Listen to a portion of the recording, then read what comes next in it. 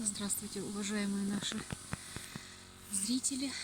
Сегодня я хочу сделать репортаж о соснах, елях в можжевельнике Вергинском.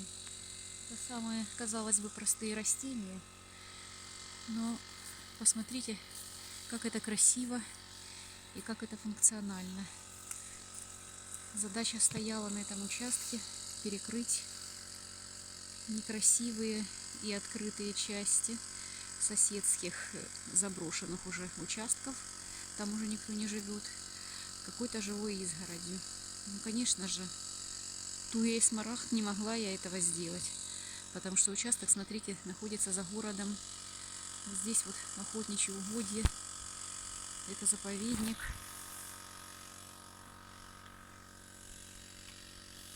И, конечно, были выбраны самые естественные в данных условиях растения.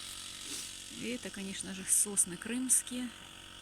Это ели голубые. И можжевельник вергинский.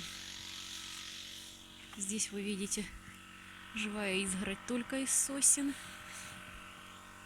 А дальше уже у нас идет ближе, так сказать, к местам обитания. Идет вот этот угол, особенно закрыт. Вот сейчас вы увидите. Тут даже тройное прохождение живой изгороди. Вот сосны крымские, дальше можжевельник вергинский. И такими вот куртинками, такими группками высажены сосны. Ой, извините, ели голубые. Сосны высаживались порядка 2 метров, 2,5-3 даже метров. Елки высаживались до 2 метров максимум. Ну, можжевельники вергинские, наверное, 2 метра были. Сейчас все это достигает 7 метров. Где-то сосны, максимальная их высота сейчас. Им здесь очень хорошо. Конечно же, они на поливе, на капельном фирмы Рейнберт. Потому что тяжело было бы здесь без потерь обойтись. Большое количество, поливать особо некому. И, конечно, потери были бы. Третья часть, думаю, бы точно не выжила. Но так мы тут обошлись без потерь. Смотрите, какие красивые елки. Просто великолепные. Королева. И вот хочу показать можжевельник вергинский. Насколько это прекрасное зрелище. Смотрите, как он ягодами украсил осень.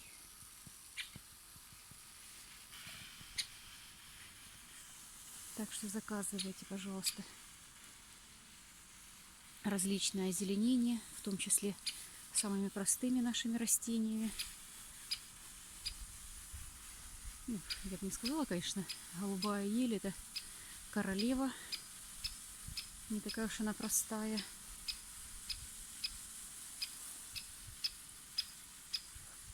Каждое растение индивидуально подобрано под ваш участок, под вас.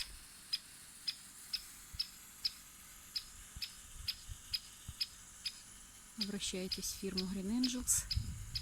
Мы всегда будем рады помочь вам.